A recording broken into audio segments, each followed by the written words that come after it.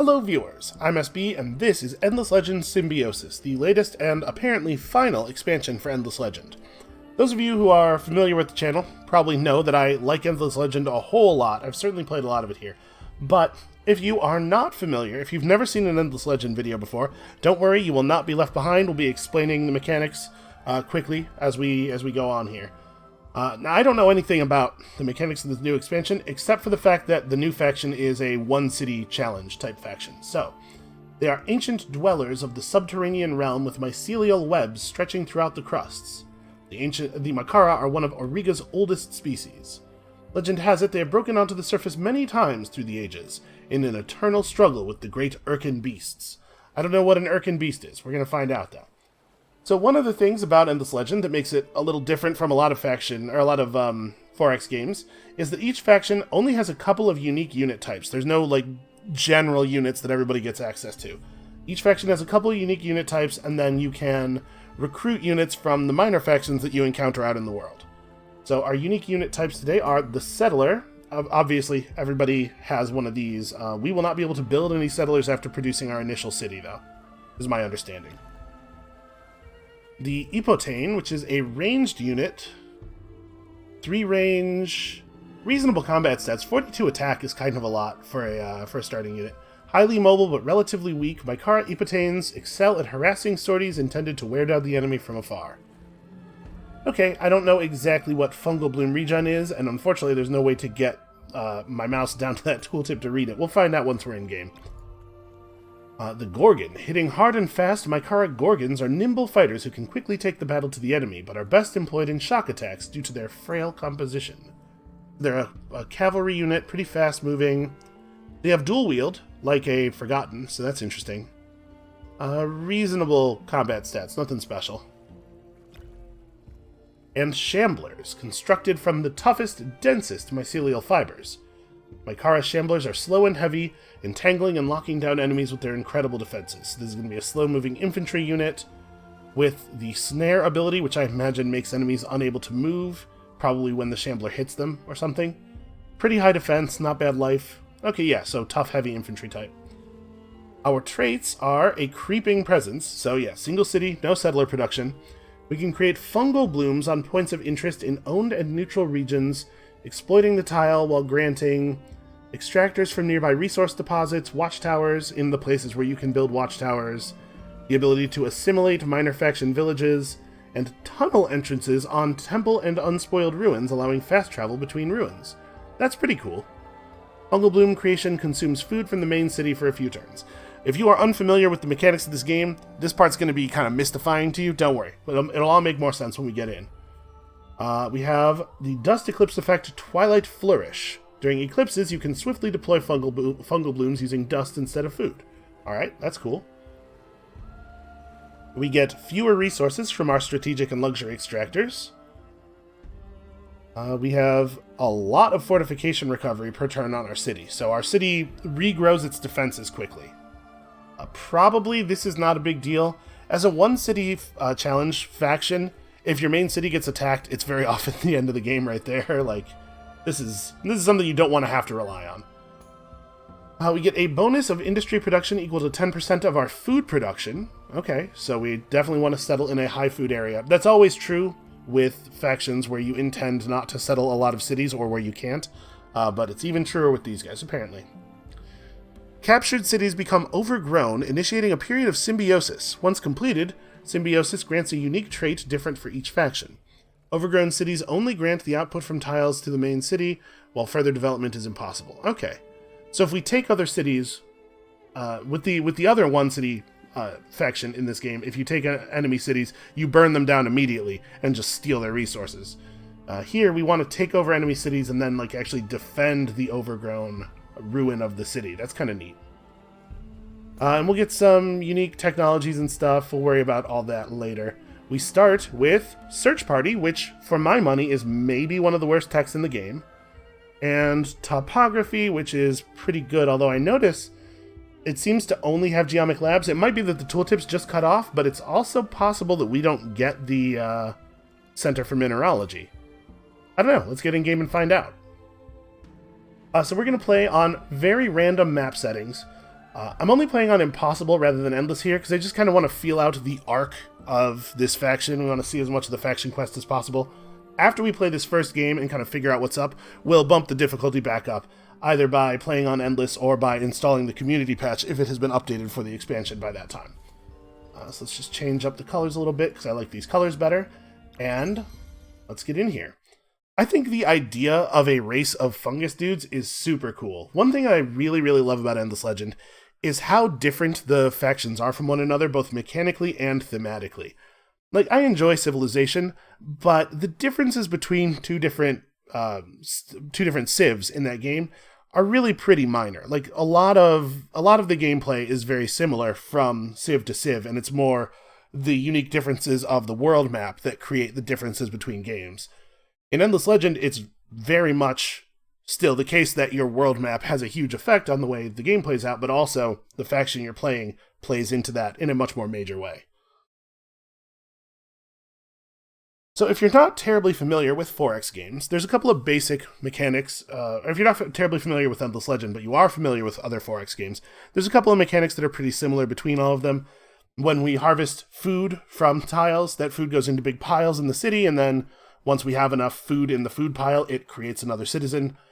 We harvest industry from the tiles that goes into the projects that we're creating in each city. We harvest dust, which is the money from our tiles, and then we use that to pay our military units and pay the upkeep costs of all our buildings and stuff. There's a lot of very similar concepts from game to game. And we're going to spend more time talking about the things about this game that are different from other 4Xs than about sort of that basic mechanical stuff.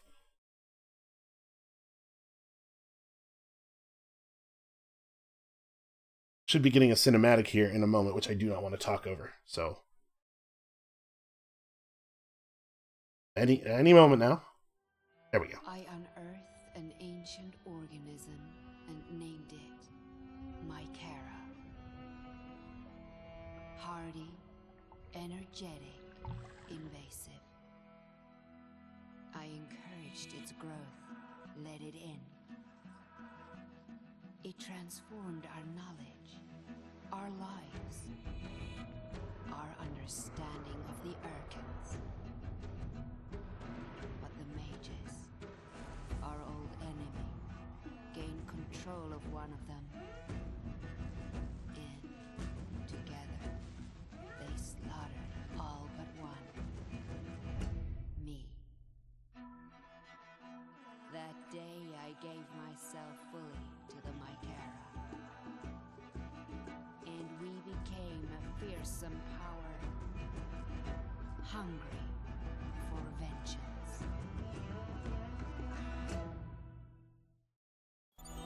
Okay, apparently it's Mykara, not Mykara.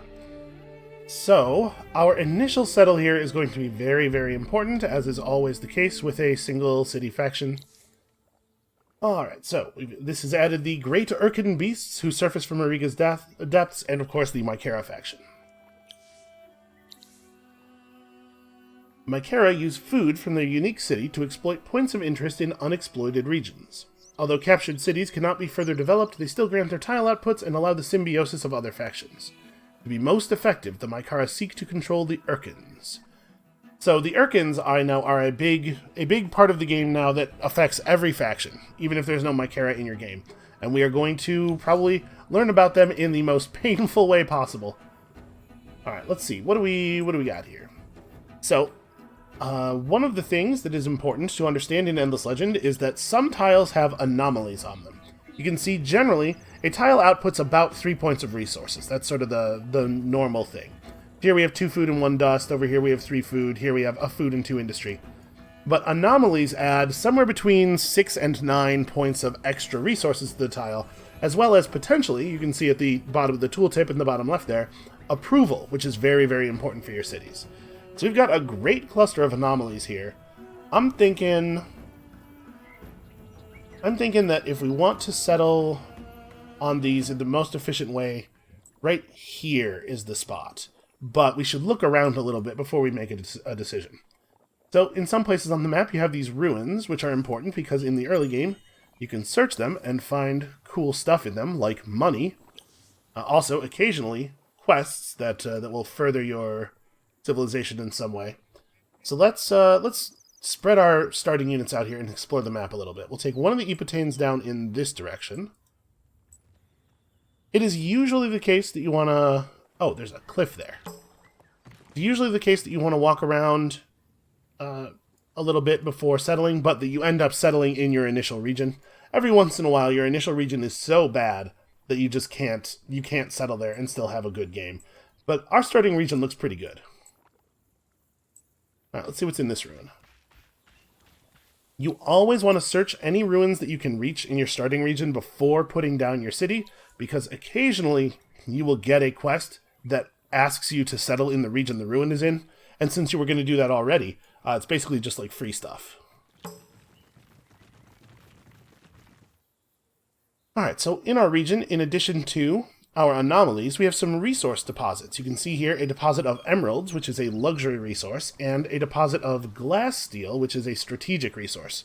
Strategic resources are used to construct advanced buildings, and also to make weapons and armor for your troops, while luxury resources improve the lives of the citizens in your cities in various ways. We'll talk about those in a little bit more detail when we start using them, but the final thing that we have to pay attention to in our region here is this. There are villages of minor factions all over the world. Minor factions do not attempt to win the game. Mostly they just run around and burn stuff down for fun. But if you can assimilate them into your society, they can be very useful. So we've got a village of Erisis here. Erisis, which are big Hydra snake people. I'm sure they'll join up. Worst case scenario, we can pull some cordyceps stuff on them, right? Is the joy of being made of fungus. So I'm wavering a little bit now. I like this settling position because of all of the food. Look at how much food that is. It's huge. But the starting position does only have 2 industry. So if we put down right here, we get 26 food, 2 industry, and then we'll get 10% of that food as industry, right? So we will effectively have like 4 to 5 industry. If we were to settle right here, we still get the benefit of 3 anomalies, because we're settling right on top of one and we get these 2. But we have way more industry to work with, and I think industry is just super important in the early game. Food is too. But I think I'm going to take this settle.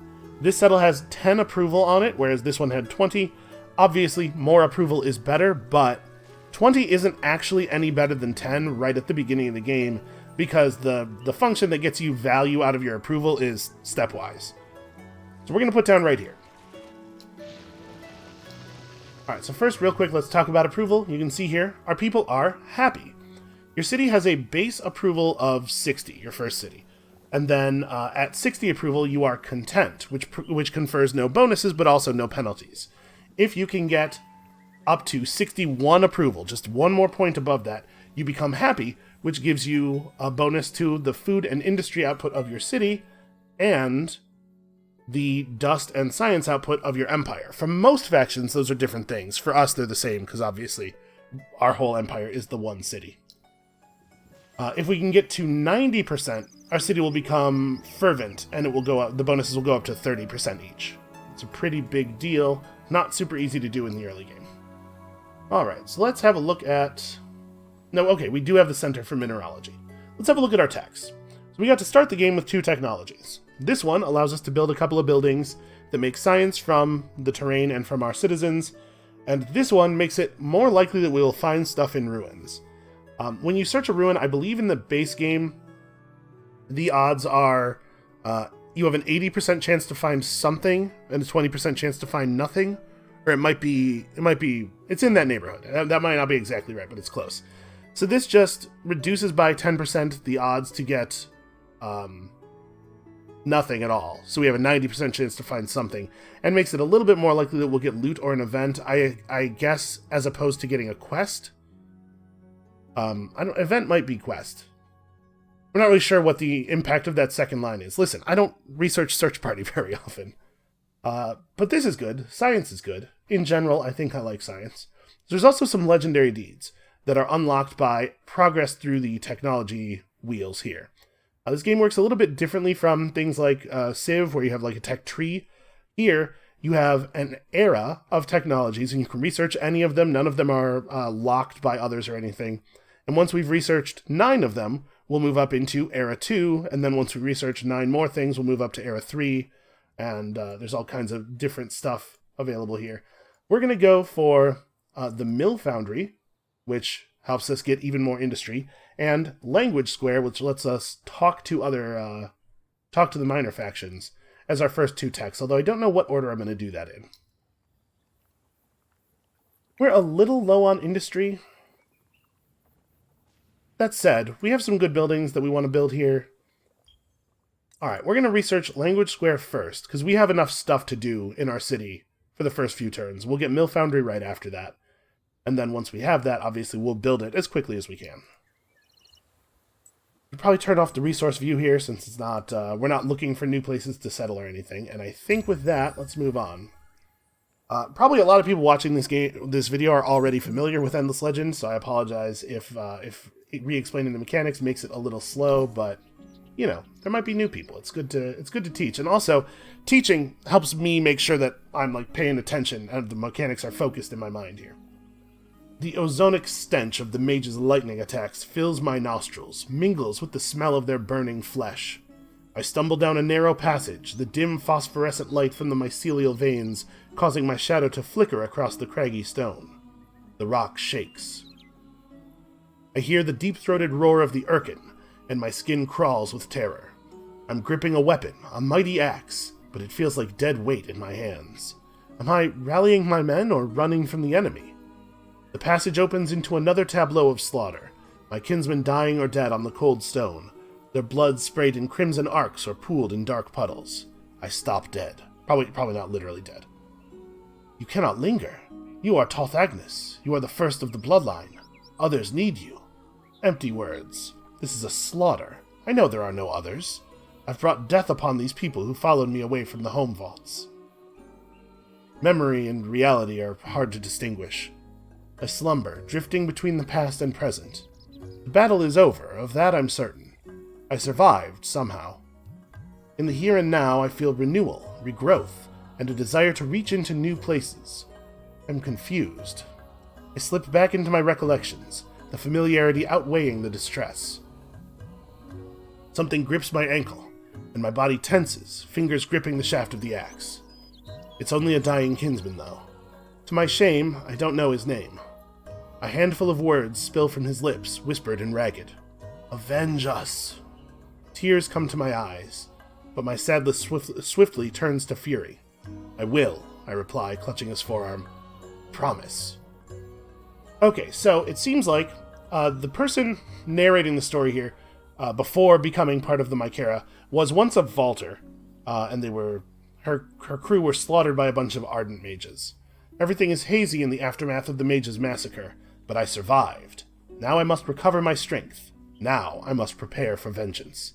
So we have to research the Alchemist's furnace tech to enable the construction of Mykaran extractors. Mykaran. That's going to be tough for me. This is the Alchemist's furnace technology. It allows us to construct extractors on strategic resources, titanium and glass steel. We will have to prioritize this pretty highly. We're still going to get these 2 first. These are very important technologies. Alright, let's keep looking around. So we have more minor faction villages. What we're mostly looking for right now is more ruins to search. Just like in any 4X game, the early turns are of massively disproportionate importance. The way your early game goes, it has a huge snowballing effect on the rest of the game. So any advantage you can find early will become a much larger advantage later. In that sense, I guess maybe Search Party isn't quite as bad as I'm making it out to be. Alright, we have a bunch of buttons over here. So this toggles the fungal bloom creation buttons. Oh, okay, so like I could press this to make a tunnel out of this temple. It would cost us food, temporarily. This is the amount of food currently produced in our city, and the number of fungal blooms complete and being grown. Each additional bloom will increase the cost of your Empire plan and luxury boosters. Alright, we'll talk a little bit more about what that means once we have any idea what those are. So for now, yeah, I guess we're just pressing on here. These first couple of turns are going to be pretty straightforward. Alright, this turn we want to try to end our turn adjacent to as many minor faction villages as possible, although I'm going to prioritize ruins over villages, because we are about to be able to talk to them. So somebody should probably stay behind and talk to the minor faction village in our home territory. That'll probably be these guys. Our hero can head over here. Over here we've got some mutant marsh. God, I love how pretty this game is. I really like the look of the terrain. It has a real, like, hand-carved terrain for, like, a tabletop tactics game look to it, which I think is really cool. Also, actually, our units look really neat. Alright, so who do we have here? The Haunts. I like Haunts. Haunts could be good for us. And yeah, I guess you'll just chill right here. Alright, language square complete, mill foundry on the docket, and let's get some quests. Hello, Eresis, what would you like from us today? Tribe leader wants proof that you are a reliable ally. They have brothers imprisoned in a nearby region, but only vague clues on their whereabouts. Find them, free them, and you will cement the tribe's trust. Alright, so somewhere in the village, in the region of Anshan, there's a Haunts village that has stolen some Eresis away. That sounds like the Haunts to me. If we destroy them, we'll get 15 titanium, and then we bring the people back here, and we'll all be friends. And this right here is the Haunts village with the shiny marker. So, I'm going to want to pull my military units together a little bit here. We're going to try to do this for the sake of our new friends. Also, going to search this temple. Among the strange and wondrous things you have discovered while traversing Auriga is this new oddity, the Aeon Byforge. A creation of the Endless, it seems to have been constructed to allow the simultaneous smithing of two different strategic resources. While the idea is not overly complex, it is clear that you will require the aid of delvers to efficiently exploit the forge without continually cracking your head on the unusually low exhaust fan. So the delvers are a faction, one of the minor factions. They're basically dwarves, just like fantasy dwarves. You can see they've got the beard braids and everything, very stereotypical. We will probably not do this quest. It's a lot of work to get some delvers and then get the resources and stuff. And the reward is an okay crossbow, but you can see it says at the bottom there can be equipped by heroes only. Our hero is not really a crossbow type guy anyway, it looks like. Look at him in his rapier here in the image. Alright, so I'm going to start moving some of my units up in this direction. We're just going to fight these Hans. We'll see if we can take them. This will be a good test of our initial military prowess. Okay, we found some spices. That's very interesting. Our hero can afford to look around here a little bit while we're waiting for the other units to catch up, though. So you're going to come up this way. It should not be a problem for us to take out the two Haunts that are in this village with our 2 units and our hero. What would you guys like? They would like 8 emeralds, please.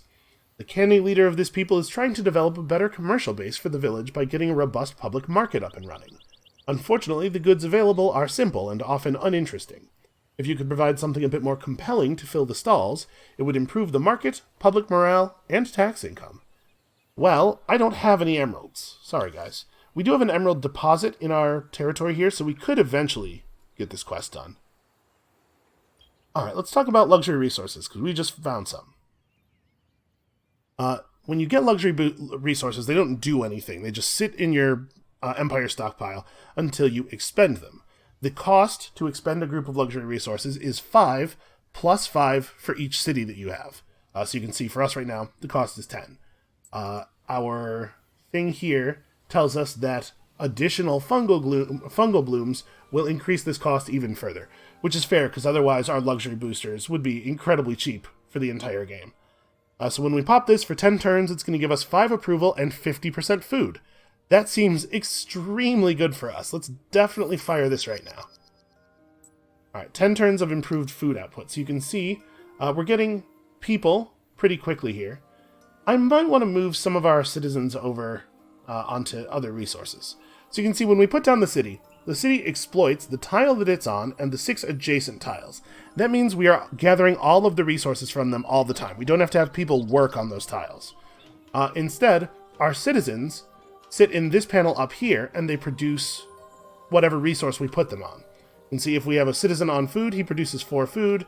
If we have him on industry, he produces 4 industry, and so on. So we can move our citizens around whenever we want during our turn to have them produce various things. I think we're going to go for just really committing to food for a while longer. Let's really buff the population of our city as quickly as we can. As soon as the mill foundry becomes available, we'll stop building the geomic lab. We'll put the mill foundry in front of it in the queue, and we'll rush to get that done. But until then, I'm very focused on food. Let's just get population going. The dust or that spices deposit was certainly helpful, or rather, the group that we got from the ruins.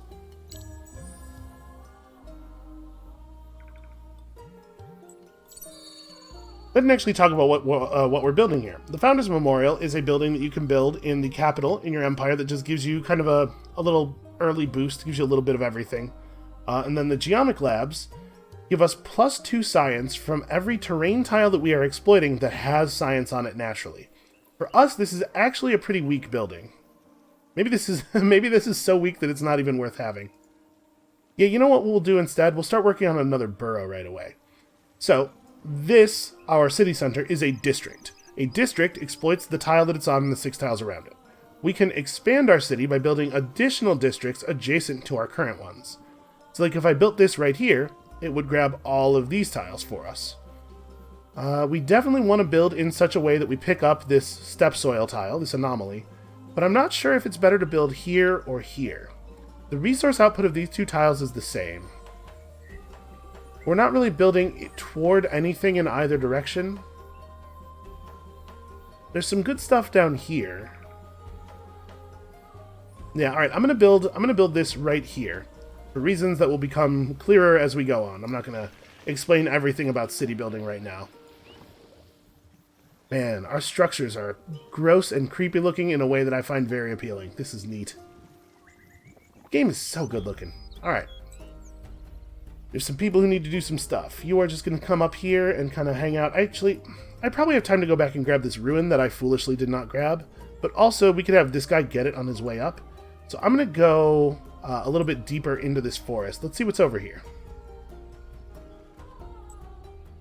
Like I said, we definitely don't want to stop exploring while we're waiting for our guys to regroup. Okay, we've encountered a tribe, the Silix, who wish to live in peace. There is only one way to do this on a world like Auriga. Patrol their region with troops to drive out enemy armies. So, if there are no enemy armies in the region called Inga in 5 turns, they'll give us 15 titanium and they will be pacified. We are not going to patrol this region with troops or do anything at all. We're going to put 0 effort into this. And there's a pretty good chance that there just won't be enemy armies here, because it's early in the game, players don't have a lot of units yet. We might just get some free stuff there. I do love free stuff. It's my favorite kind of stuff. That's my favorite cost for things to have. Alright, I think we're actually going to be able to do this attack either next turn or the turn after.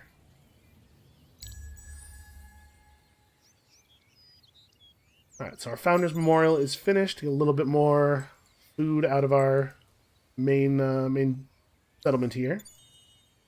Found ourselves some dust, and we leveled up our hero. So, heroes have experience levels, right? We get a certain amount of XP per turn. And it's not... Here, if we mouse over here, you can see it at the bottom of the thing there. We just get 1 XP per turn for walking around. We also gain XP for various actions, like when the hero parlays with a minor faction, he gets some XP. When he searches a ruin, he gets XP. That's why this leveled him up. It's really important to do a lot of stuff with your hero in the early game, because heroes are extremely powerful when they're leveled up. Let's have a look at our level up tree here. The level up tree is made of 3 parts. There's the common part here, which every hero has access to. This is exactly the same for everybody. It has some pretty basic stuff in it. Indiana Bones here, which is a terrible name for a skill, is basically just search party. It's like a search party that only applies to ruins that your hero searches. As you might imagine, I don't care for this. I don't think it's real great. But then it goes up into, you know, nice generic things like plus XP for units that are in his army, and he recovers faster from being wounded. Then you have your class tree. Each unit has a combat class. Our hero here is an infantry unit. There's also ranged units and cavalry units that we've already seen. These tend to be more combat-focused things, like plus defense on the hero, plus life for any units that are in our army, plus defense for any units that are in our army, stuff like that. And then finally, you have your faction tree. Each hero is of a faction. We're playing Mykara, and so our starting hero is Mykara, but actually, over the course of the game, we'll be able to pick up heroes of all of the different major factions, and a couple of heroes that are from minor factions, and each different faction has its own unique faction tree. So let's have a look at this, because I've never seen this before. We've never seen the Mykara tree before. So +1 food on any terrain that produces food in the city that he is the governor of.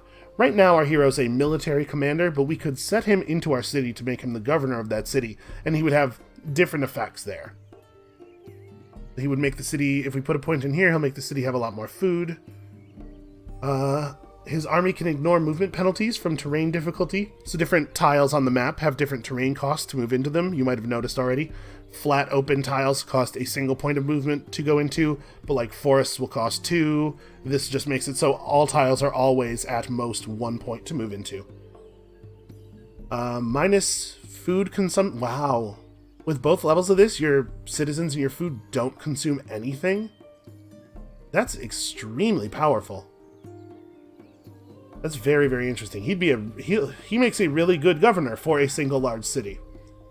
By nursing Mykaran spores across city defenses, the hero is able to inflict retaliation damage on attacking armies.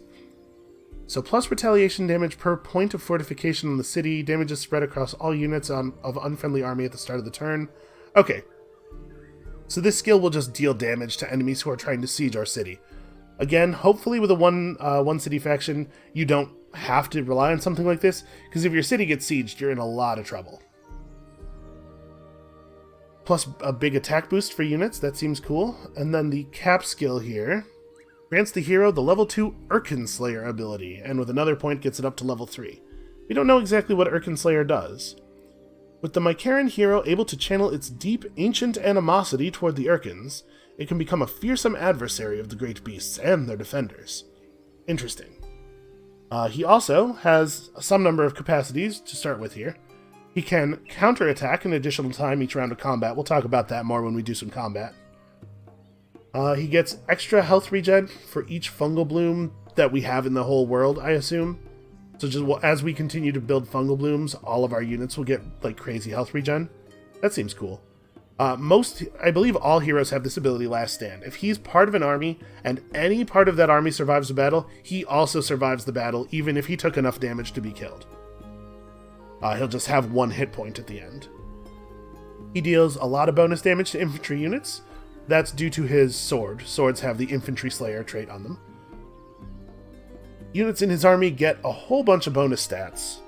And he is not very good at spying. We're not even going to talk about spying right now. That's a whole other complicated thing.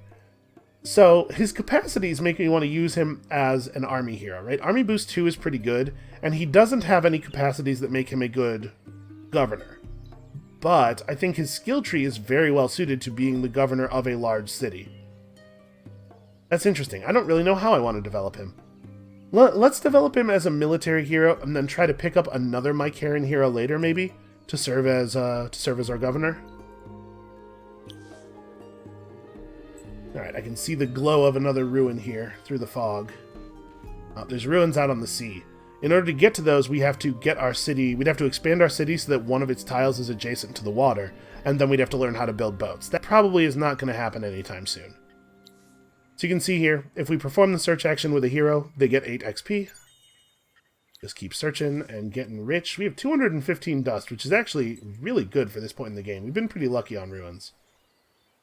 You're just looking around over here. So there are more haunt villages in the area. The world map is broken up into regions. Each region will have only one type of minor faction. So, like, there could be up to 3 villages in a region. If there's another village in Anshan, it will also be a Haunts village. The regions are also important because when you settle a city in a region, you can only exploit tiles in that region, and only one city can exist per region. That stuff is going to be a little bit less relevant to us since we only have the one city to play with anyway. You guys grab this. Oh, interesting.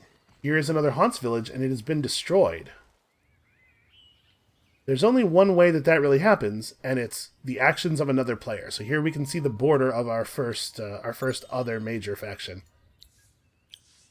We are finding a lot of dust.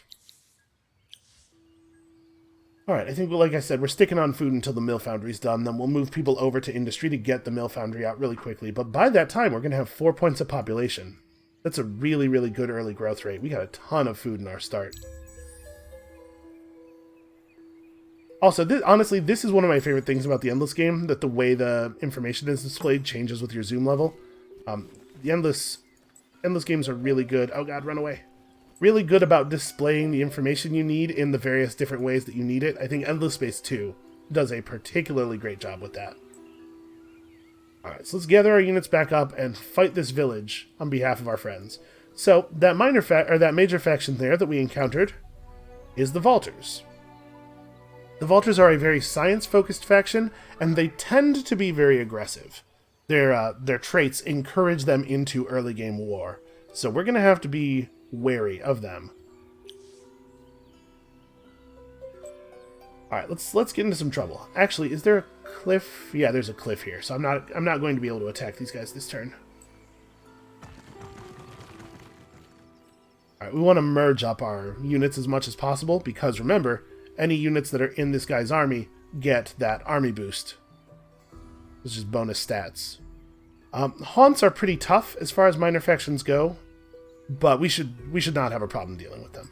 I am going to enter some a movement command here to execute at the beginning of next turn, because I'm afraid those Vaulters are going to chase us. I really, really do not want to get caught and lose units to another player this early in the game. So if we click this button, it will apply any movement points that we'd set up, but that we couldn't execute last turn. And yet they are definitely coming after us. Oh, and we can see there, they have an army that just destroyed that other Haunts village. Like I said, aggressive. They're aggressive people, the Vaulters. Alright, so let's merge these two dudes together and have at these Haunts. Alright, so this is how combat works. I think combat is one of the most complex and counterintuitive parts of Endless Legend, but it's also a big part of why I think this game is great. So, you can see here, maybe you can't see it anymore. I should have noted before I attacked, but when I was mousing over these guys with the attack command, there was an area lit up on the ground. All of the armies of both of the factions that are involved in the battle, that are in that area, participate in the battle. So you can see our main army of the hero plus this unit is attacking their main army of the thing we attacked, and then our units in the area will show up as reinforcements after the battle begins. Let's go ahead and manually resolve this battle. So here we have the deployment phase. You can see we are orange, they are whites. They have a little white tinted area on the ground where they get to set their stuff up, and we have a little orange area where we get to set our stuff up. Like I said, Haunts are relatively tough for a minor faction. They have a lot of starting life. They have a high attack value. They hit relatively hard. They can fly, which is annoying, and they have the chain lightning ability. So when they hit us, lightning will arc over our units to other adjacent units. So it would be best for us if we were not standing next to each other when they attack us. Unfortunately, the terrain is conspiring to make that a little bit awkward. So yeah, I think this is an okay setup. Or maybe I want to switch these. Alright, so each turn you can see the initiative order at the top of the screen here. Each turn all of the units will act in initiative order. Units have a certain amount of combat movement, so we can move 2 spaces. We have 2 points of movement, right? The same movement rules apply in combat as on the world map. So like it costs 1 point of movement to move here, but 2 points of movement to move here. If I do this, that's all of my move for the turn. And we are going to do that. We're just going to move here and smack this guy in the head. And then we're going to have our other infantry unit also smack him, because we need to get through this guy as quickly as possible. And unfortunately, this Petain really can't do anything. We'll have him target that guy. So what's going to happen on this turn is I'm going to run up here, punch this guy.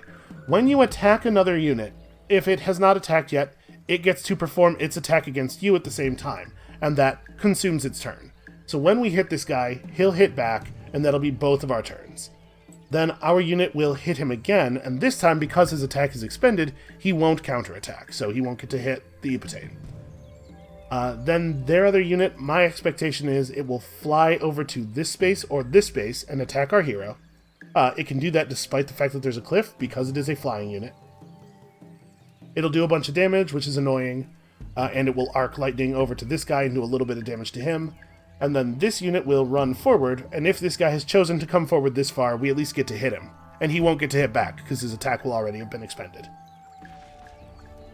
Now, when we attack, the damage we deal is determined by this attack success table at the bottom of the screen. You can see it pop up every time an attack actually happens. Oh right, I forgot Petain are ranged. I'm playing them like they're melee. We actually don't want them to be standing directly adjacent to our enemies.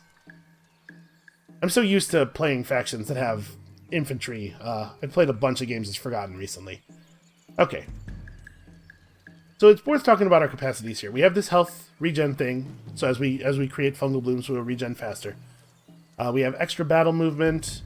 We have 3 range on our ranged attack, and units that are ranged don't want to be standing next to the enemy. You can see our guy here has 0 morale right now. We'll talk about morale a lot over the course of this game, because morale is super important in combat. Units get +1 morale for standing adjacent to a friendly unit. You can see our guy here has 1 morale from an adjacent friendly. This guy has +1 morale from an adjacent friendly, but he also has -1 from an adjacent enemy, because ranged units do not like to be near enemies. And then he has the slowdown ability, which reduces the battle movement of people that he hits in combat, which is why this guy, when we click on him, is showing only 1 speed now, because he got slowed down by that guy. Which means that we can kite these dudes a little bit.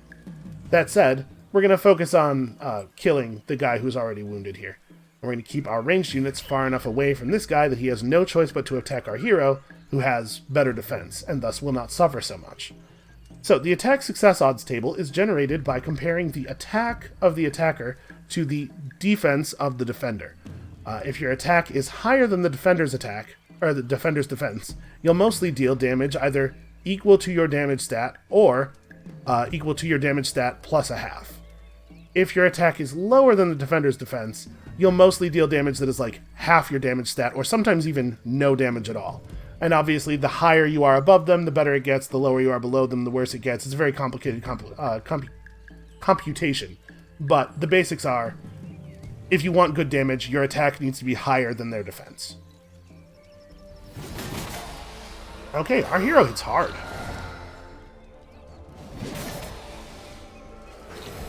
Alright, so you see there, we got to attack that guy, and then when this guy hit us, we counterattacked him. That's because of our free counter ability, which lets us counter 1 extra time during combat.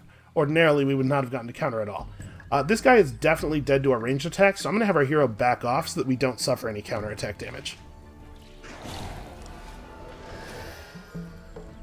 Alright, 23.4 XP per unit. Not a bad start. And we have now received 15 titanium for these guys. If we just return to their village and restore their trust, not only will they be pacified, but they'll give us 10 Titan Bones.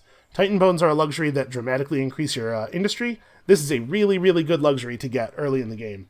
Spices and Titan Bones are definitely the 2 best early game luxuries, so I'm really glad that we've gotten what we've gotten here. Probably, I'm going to have one of the Petains go home and turn in the quest. We're going to have our hero break off and continue exploring on his own so as to continue gaining XP as quickly as possible. So it's going to be your job to get back over here. We're going to try to evade these guys as much as we can. So they have 4 points of movement. Each space they enter in the forest here, you can see at the bottom there, is going to be, actually 3 points of movement to enter that forest space. Why is this one 3 points? Oh, right, because it's in our zone of control. Units project a zone of control around them. This is a thing that is pretty commonly in 4X games, but that for some reason their tutorials almost never talk about. But it usually costs extra movement to move around the units of other players. So if we move out of this space, entering this forest will only be 2 moves. But my point here with figuring this out is they can only move to like here. So it's pretty easy for us to get away. In fact, I'm going to run away in this direction. If they try to chase us, they'll only make it to here, so they won't be able to initiate combat. We've got to make sure that we move right at the beginning of the turn so that they don't catch and attack us. We could fight them. It's possible that we could win that fight, but they have their hero nearby, and we know that. Actually, we know they have an army near this, don't we? Because they burned it down last turn. Never mind, we're going this way. Maybe these two should just join up. Yeah, I'm a little nervous about fighting them early on. Marines are pretty good ranged units, and their hero is also a pretty good ranged unit. It's possible that our hero's melee skill could overwhelm them if he can just get in there and do some ridiculous musketeer stuff, but I'm not hopeful. Oh, sure, we should be researching something. Yeah, we finished our thing. Well, why don't we research Alchemist Furnace to push our faction quest forward? Also, we're going to put the Mill Foundry in the queue here. Now you can see we can spend dust to immediately buy out this construction.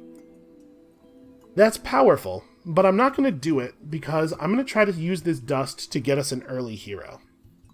We'll talk about that in a minute here. Let's first get the Mill Foundry finished. We only take 1 turn off of that production by focusing everybody on industry. And we really delay our next settler. That said, this is like very important. I'm going to do this. We'll probably move people back to food after it's done. Alright. Smash the heck out of the execute your planned moves button so that we don't get caught by those marines, because I really do not want to get shot to death here in this forest. Hopefully that is an understandable impulse. Turns are simultaneous in Endless Legend, but the AI usually hesitates a little bit at the beginning of the turn, which is just to let the player execute stuff beforehand, because otherwise, obviously, there's no way you could stop them. Hopefully those vaulters will not be in this region next turn, because if they're not, then we get our quest finished. And I'm not actually going to unite these armies, even though they're right next to each other, because I do want to fan out. I want to see as much territory as possible. Alright, so next turn we get to turn in this quest. I think we're having a pretty good early game here. We should probably actually get vision of the rest of the tiles over here, just so that we know if there's any ruins in them or anything. Alright, so we've pacified these guys, we've gotten our Titan Bones. Let's go ahead and pop that Titan Bone booster right now. So notice, because of the approval from our boosters, we're up to 85 approval. When we finish our district here, we're going to gain 10 approval from expanding out to the steppe soil. However, we're also going to lose 10 approval from the district. Each district is minus 10 approval. You can offset that by leveling your districts up in a way that we'll talk about a little bit later. But we're flirting right with the edge of being fervent and getting those bigger bonuses. It'd be really cool if we could figure out a way to actually make that happen. Okay, over here we have a nice ruin for our hero to grab, and over here we're just going to look around. We gotta be careful because we know blue has armies in this area. Alright, and you, I suppose, are going to continue to explore in this direction. So we could set up some tunnels for fast ruin movement.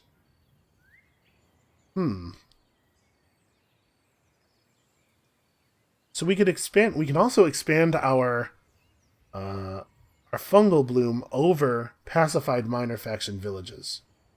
That seems like a thing we ought to do.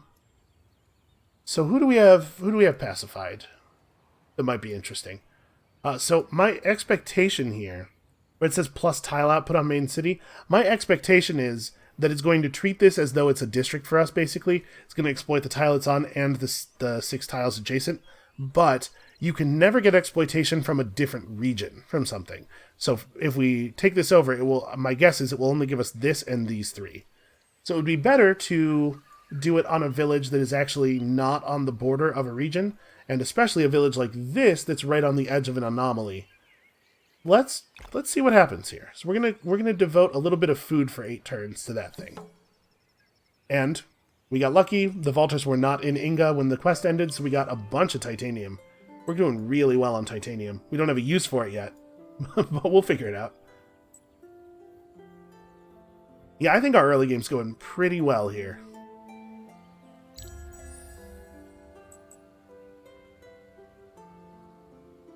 Also, I think our hero looks super cool in his portrait. It's this goofy rapier thing he's doing is real neat. That appeals to me aesthetically in a way that I did not know I wanted to be appealed to. So once we finish researching Alchemist's Furnace, we're going to research the marketplace, and that's going to give us access to heroes. It looks like there's not actually a ton of territory to explore over here, so I'm going to just go ahead and unite these units. There's a couple of reasons for that. First of all, obviously, the army is stronger united. Secondly, you may have noticed that when we put the unit into the army, our dust output went up. That's actually not exactly the case. What it is our dust payments went down. You are paying a per turn upkeep cost for every unit. You can see here, this guy has a 2 dust military upkeep. This guy has a 6.3 dust upkeep. but you're also paying an upkeep cost for each unit you have on, or for each different army you have on the map. So the reason our dust went up there is because we are paying for fewer armies, even though we're paying for the same number of units. Alright, let's see what these guys have to say. They would like us to give them 50 dust. Everybody in this village seems to be giving orders and claiming some fancy title. Finally, one of them comes forward and states that if you can bring them enough dust, they'll put aside their differences and follow your banners. While it seems a bit too chaotic to be a reliable tip, you have nothing else to go on, and the village would be a useful ally. 50 dust is kind of a lot of dust right now. I'm going to do it, though. So you'll notice we have the ability to attack, the ability to parlay. We also could just bribe them, pay them dust to become pacified. I don't usually like to do that because the cost is pretty high, especially early game relative. Alright, you have pleased the Haunts who told you what you actually need to do. With a hero-led army, find and talk to the other Haunts village that is located in the same region. Well, that shouldn't be too hard to do. We have a hero-led army right here.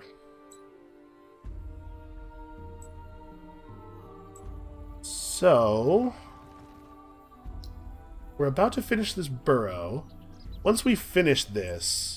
Nope, we are not picking up any new tiles with science on them. So the genomic labs are still going to be kind of bad. We might just build another burrow. You can build, as you can see there at the bottom, you can build one burrow for every 2 points of population you have in your city. Your city center does not count toward this limit, I think. So I believe with 4 population, we will be allowed to have 2 burrows. So we'll just build another burrow somewhere nearby. Also, you might notice that we actually have 5 points of population, even though it says 4. That's because of our pacified minor faction. Each pacified village in a region grants you 1 point of population, in addition to making that minor faction available for assimilation, which we'll talk about in a bit here. If I move you off of that... Yeah, let's get back to accelerating our population. We can wait an extra turn for the burrow. It's a lot of extra food. And then... Yeah, assimilation. Let's talk about that real quick. So, every minor faction that you have at least 1 pacified village of in your territory allows you to assimilate their faction. They will give us some kind of bonus, but we have to pay an influence cost to do the assimilation. Influence is a resource we haven't talked about at all yet. You don't get a lot in the early game, so early game assimilations are pretty tough. If we assimilate these guys, we'll get half a point of movement on each of our armies for each pacified Eresis village we have. So obviously it's better to assimilate minor factions that you have more villages of. That said, half a point of movement is still something, because you can enter a tile as long as you have any movement left. You don't have to have the full cost of the tile. So we will be able to move 1 extra space with half a point of extra movement. What was the quest these guys wanted? Oh yeah, emeralds. That's probably not happening. It's going to take us a long time to actually get that emerald extractor running. Alright, so where do we want to look around next? I kind of want to look around away from the vaulters, I think. Minor factions that are near the vaulters will have a tendency to get murdered, so we'll be less likely to be able to fulfill quests for them. Well, that village has got to be around here somewhere. We can see the borders of the region. Yeah, it's got to be like right here. Alright, and we're about to move our faction quest forward. The next place we want to build toward probably is this clay pit. This has a pretty good tile output. Alright, so we got 15 more spices. When our spices end, we'll be able to rerun them. Our next objective is to deploy and fully grow 3 Mykaran extractors. And also, we just failed this quest because the village was destroyed before we could complete it. The Vaulters are just running around murdering everything. We are probably going to have to deal with some early game aggression on their part. Ah, here's that village. Alright, so we've pacified them. All's well that finally ends. In fact, the leader of this village is the youngest, but by far the brightest and most useful of a group of siblings. Though the others hate to admit it, by gaining the trust of the young leader of this village, you have effectively pacified them. Alright, and then obviously we're headed toward this. So we've gained the ability to build Mykaran extractors. We can just put these up in any region that is not owned by another player. So we can put them up in our own region, of course. If we keep putting stuff up, we're going to be paying food every turn. So along with this, we're paying 5 food per turn for this, I think? So this would be 12 food out of our big food pile per turn. But I mean, first of all, we need to get resources, especially if we're going to have to fight the Vaulters. We are potentially going to need strategic resources. And secondly, it does satisfy our quest demands. Let's build one over here as well. I'm just going to go hard. We're gonna bust up our food output pretty badly for a second here. But let's just get these all going. Alright, we're going to have more glass steel than we know what to do with. That's not true. I know exactly what I'm going to do with it. Build a lot of weapons. So, like I said, I kind of want to burrow down toward that clay pit. I think that's what we're going to start building next. And, you know, thanks to having people devoted to food, we're still building population pretty quickly. If we moved these guys over to industry, it'd be 4 turns until we have that burrow. We get the next citizen birth no matter what. But obviously, if we have more people on food, there will be more food left over in the pile after the new citizen is born. And we need to research the mercenary market, which gives us access to a marketplace where we can purchase heroes and mercenary military units. I don't buy a lot of mercenary military units, but the hero part is really important.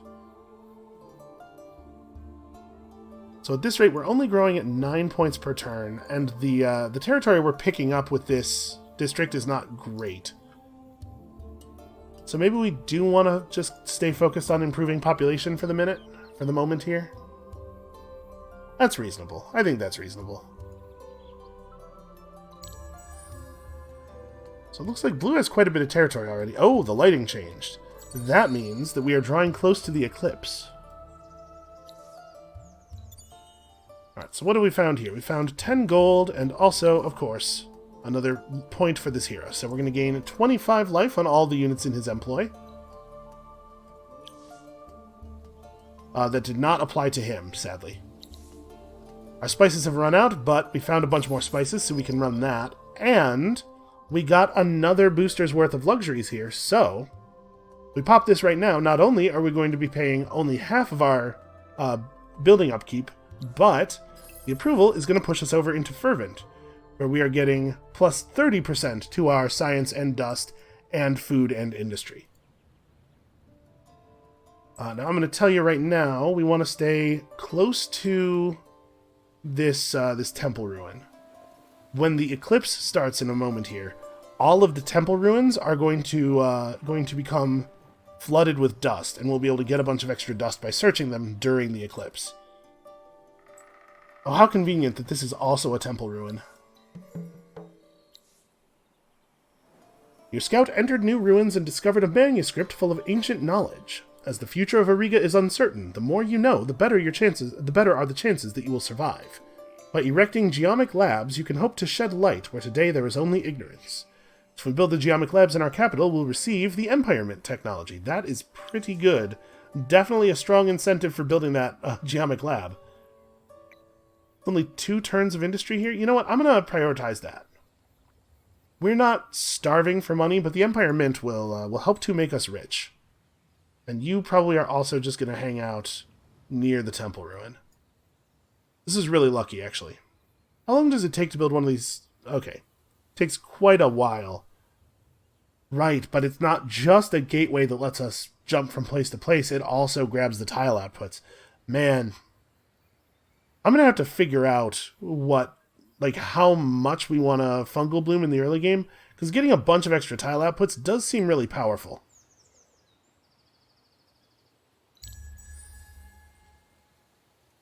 Okay, we're 58 minutes here. We'll probably stop pretty soon for the day. The intention for this series is for there to be a new hour-long episode every weekday.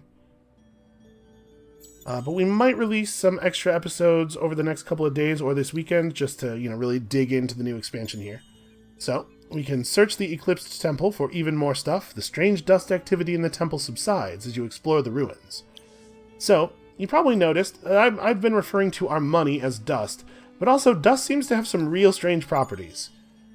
In the fiction here, we found 80 dust that time, and then we can search it as a normal ruin as well, because we've never searched this one before. Dust is money, but it's also kind of magical. The game seems like it has a fantasy theme.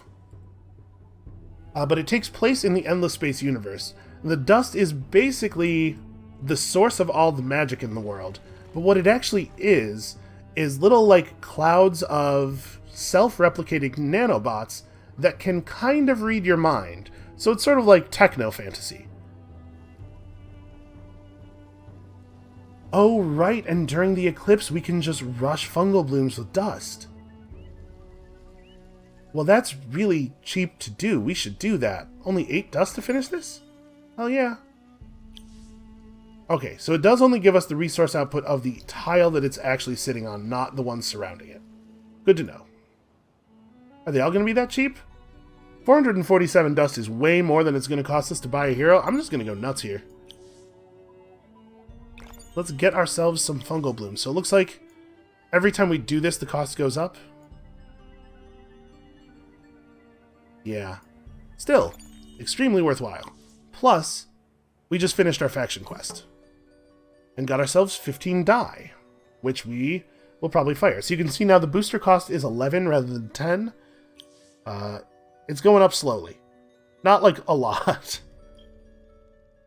Well, we could fire that right now. It gives plus 50% influence, which obviously is not great for us. I think I'll probably save this. Alright, the next step of our faction quest. Today I awoke and discovered the horrifying truth. I am Mykara, and the Mykara is me. We are one, a symbiosis of flesh and filaments, memories and myths. In the cold light of day, I can now clearly remember how I survived. The Mykara had fascinated me for a long time, when I led those who would join me away from the home vaults. It was an ancient fungal species, mycelial tendrils and mushroom fruit, no sign of what it would one day become. Growing largely in the subterranean realm, it was unseen by most and overlooked by the rest.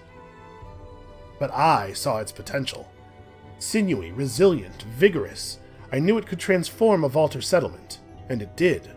Crops, waste, defense, it was a wonder material.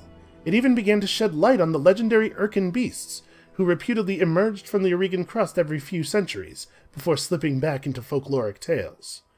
Sadly, one of those same beasts came under the spell of our ancient enemy, the mages, who used it to find and then destroy us. As my kinsman died in my arms, as I basked in my feelings of vengeance, a desperate idea came to me. The Mykara had brought me to this juncture, and the Mykara would grant me my revenge. After all, in my heart, I'd always been convinced it was much more than a mere mindless organism. I scrambled deeper and deeper into the earth, far into the inky darkness of the thickest mycelial forest, where thick tendrils vied with web-like skeins. Unable to move any further, I lay on a bed of filaments and curled myself into a ball. It swiftly ensnared me, a cocoon of protection wrapped around a heart of malice. Now we are one.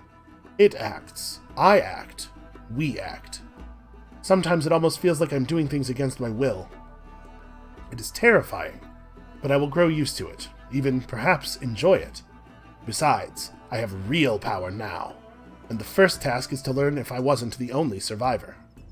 My new existence, a union of Mykara and Vaulter, is an unsettling one, but one that gives me power. Before I begin my quest for vengeance, I must interrogate those nearby to learn if others of my vault survived. So we have to overgrow 4 more minor faction villages, in addition to the one that we grabbed over here.